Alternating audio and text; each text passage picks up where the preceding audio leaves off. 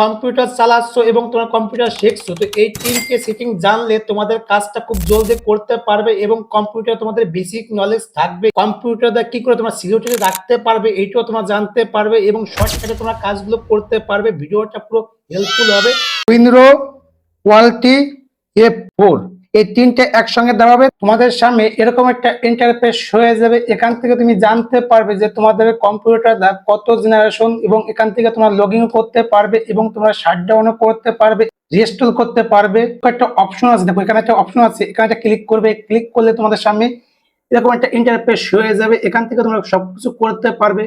এখান থেকে শাটডাউন করতে পারবে, সোয়াইপ করতে পারবে এবং লগইন করতে পারবে, শাটডাউন করতে পারবে, রিস্টার্ট করতে পারবে। তোমরা কম্পিউটার ব্যবহার করছো, কম্পিউটার তোমাদের সিকিউরিটি আছে কি নেই এবং তোমাদের কম্পিউটার সেফটিতে আছে কি নেই সেগুলো তোমরা কি করে জানবে এবং এই ভিডিওটা দেখলে তোমাদের এইগুলো তোমরা জানতে পারবে এবং ভিডিওটা পছন্দ হলে লাইক করলে মোটিভেশন বাড়ে। উইন্ডোতে ক্লিক করবে, আইতে ক্লিক করবে। দেখো এখানে লেখা আছে update security window update record backup.